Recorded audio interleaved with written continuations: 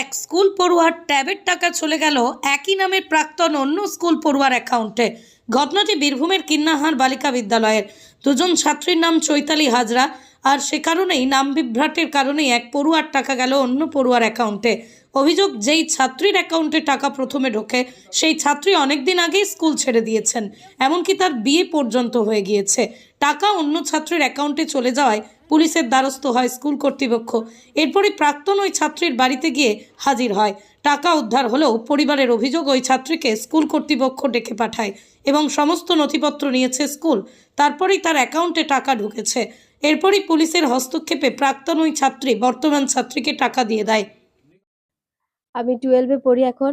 আমি 11-এ যখন পড়তাম তখন ট্যাবের টাকার জন্য আমি অ্যাপ্লাই করেছিলাম। তারপর আমি দুর্গাপুজোর ছুটি চলছিল, ওই জন্য সবার টাকা ঢুকেছে কিন্তু আমার ঢোকেনি। আপডেট করার পর দেখলাম